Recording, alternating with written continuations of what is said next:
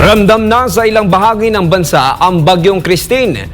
Ayon sa National Disaster Risk Reduction and Management Council, nasa mahigit 100 na ang stranded sa Calabarzon dahil sa masungit na panahon. Dahil dito, nakaantabay na ang disaster force ng PNP sakaling lumala ang sitwasyon. Si Almar Frusuelo, sorry report!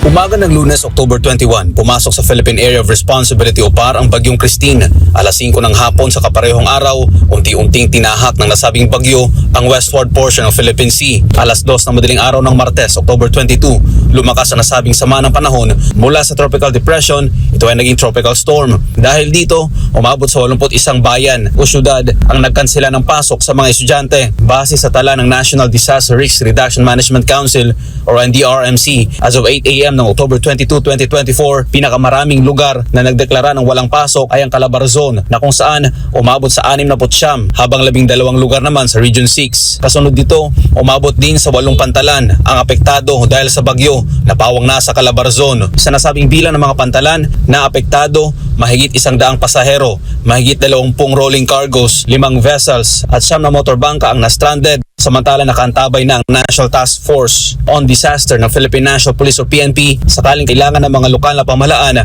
ang kanilang tulong. Para sa Diyos sa Pilipinas, kung mahal, Almar Frusuelo, SMNI News.